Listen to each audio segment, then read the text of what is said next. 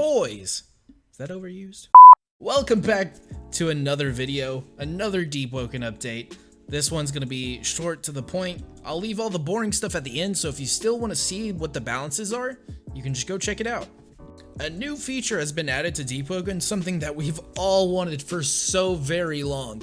Card burning. A new feature called card burning. Every whisper level, which I assume means every time you get a mantra, you gain a card burn. You can use these card burns to prevent a card from ever appearing again, which you need to be cautious with because this is irreversible at the moment. So those cards that you keep seeing that just don't make sense with your build, you can get rid of them forever, which is fantastic. Godsend. Deepwoken devs, you're amazing. Thank you for this. You will still receive a card burn even if your whisper is skipped due to not having enough mantras available. So attunementless players will still receive card burns. Awesome. Existing characters will be compensated with card burns depending on their level. The Duke now has his own boss theme. I'll try to find some music of that and post it on here because I bet that's amazing.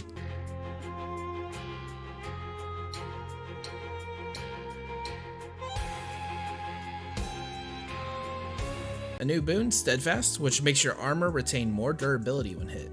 A new flaw, Fugitive, which makes all factions hate you from the start. It's not a bad one. I kind of like that. Buffed Primadon loot no longer has many low value items. I'm a fan. Buffed Duke loot, let's freaking go! Custom shift lock. The shift lock looks like this now. It's a little blue icon. I'm not sure if I hate it or if I love it. I think the blue is a little distracting, but that's my own take on that. Comment down how you feel about it. And we're only going to go over a little bit of the good balancing right here. The rest will be in the end of the video, so if you're interested in all of it, then stick around. So some of the interesting parts, they buff the quality star rates on weaponry, which means we're going to be seeing a lot more weapons with more stars. They buffed enchant rates again on both weapons and equipment. I don't think this was needed. I really don't. I mean, the grind isn't going to be so bad, so that's kind of nice, but everyone's going to have an enchant at this rate. This is kind of crazy. 3 times the buff was already nuts. On top of that, I mean, I'm happy that I'm going to have some more enchants, but I have a feeling they're going to nerf this, so if you want enchants, you better get on your grind right now. Meteor Impact no longer doubles damage dealt and instead applies a flat damage boost on top. That's for you Lava Serpent users. They nerfed some of the rings, and this is kind of a big nerf to these rings. The Dawn Fist and the Akira ring went from 1.5 to 1.2 scaling. The Shard Bow now has penetration, making it a usable bell. In my opinion, before it was kind of trash. This is so cool. I love this next change. The Resurrection Bell owners can now see the health bars of guildmates below half. Yo, this is beyond what you think it is. This changes the game. This adds the role of support class. Yeah, we had tank. You could build Fortitude, get Reinforce, get Rally. Yeah, sure. That was pretty tanky. You could have fire with self-healing from your Wisp, or you could put down a fire. I mean, that wouldn't count that as a support. But now, being able to see your guildmate's health, throw some healing potions if you're that kind of character, you could build a legitimate support character and assist in keeping your guys alive at all times. This makes the Resurrection Bell S tier in my opinion. Let me know what you think about it. They reduced the Flame Repulse size scaling. I want to put this in the important changes because before you could make it massive. And all you needed to do was put a blood gem on it. You probably hit 20 people in town and at docks. So, good nerf. Soundness of Mind no longer restores sanity and instead only stabilizes it. Makes it so you won't lose sanity from being in the depths, but won't actively regenerate your sanity. I'm not entirely sure how this works yet. This is gonna have to take some testing. I wanted to include this in the important versions because some people who like to stay in depths for a very long time rely on regaining their sanity from this, so we'll just have to see how it works. Only time will tell us. Canceling Jolt Grab and Flame Grab now reduce the flight duration and doesn't scale with range modification. This is huge. Mostly because people would make speed builds. You could cancel your grabs to gain a speed boost for a short amount of time. And a lot of people made builds completely surrounding this mechanic. So now that it's kind of doesn't exist anymore, or at least the range is just doo-doo water. I made a video about the lightning stream doing an insane amount of damage. In fact, one of my characters took 35% damage at level 50 from a lightning stream. So they just nerfed that. It was just due to the blast spark. A huge enchantment change, one that makes the wild enchantment actually good. Actually a good enchant.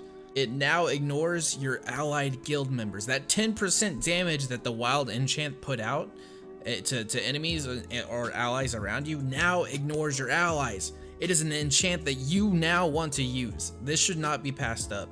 This should not be a garbage enchant anymore. Do not trade it. It's gonna be amazing. For those group fights where you're fighting 5 people and it's a 1v5, you have a chance with this enchantment. A couple of bug fixes that I wanted to include in the beginning of this is that they fixed ice, or I want to say fixed ice skate, but they made it more reliable over water, which is a huge change, I guess, because before it wasn't reliable at all. So we'll see how that works out. Tranquil Circle now works on mobs. I love this. Tranquil Circle cancels your mantras when you're inside it, so canceling mob mantras is kind of huge. Cool. That's it for really all the big changes. If you want to hear the rest of these changes, stick around. I'll continue going on over just the smaller ones, which are still game changing. They're still good changes, and you may want to at least read up on them if you don't watch the rest of this. But let's go over those real quick. Before we go over the rest of that, just take a second, hit the like button, hit the subscribe button. It really helps out the channel, and honestly, it helps out my mental health. I love seeing the numbers go up, dude. But yeah, if you want more update videos, hit the like button. It just lets me know that you're interested in it. Back to the video. We'll go down the list. We'll read all the balances and all the bug fixes. So if you have some interest in what is going to change here for this next week, then stick around. So starting off, they reduced the damage scaling from upgrades on strong left. At level 5, it used to do 95 damage, now does 70. That doesn't include your strength scaling. The iceberg is now a support mantra. Didn't know it was a combat mantra before, so that's kind of cool.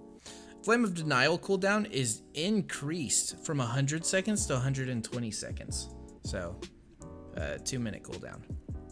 Flame of Denial duration has been decreased. So instead of being active for a whole minute, it's now active for 30 seconds. Azure Flames no longer increases the duration.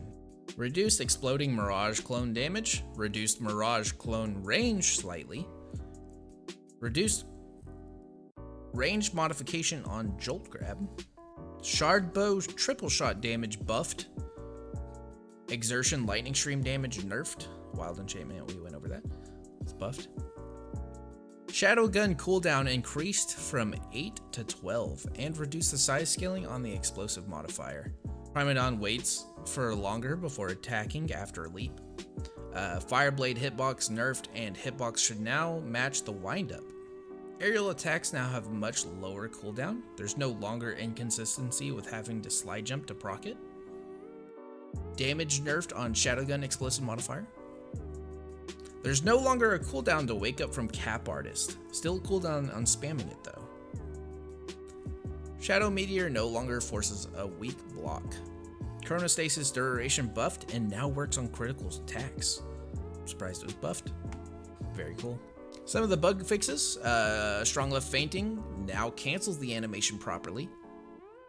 Fixed the campfire spam from summer events. Fixed Shard Bow explosion not showing up. Fixed Iceberg sharing the same cooldown as Forge. Wow.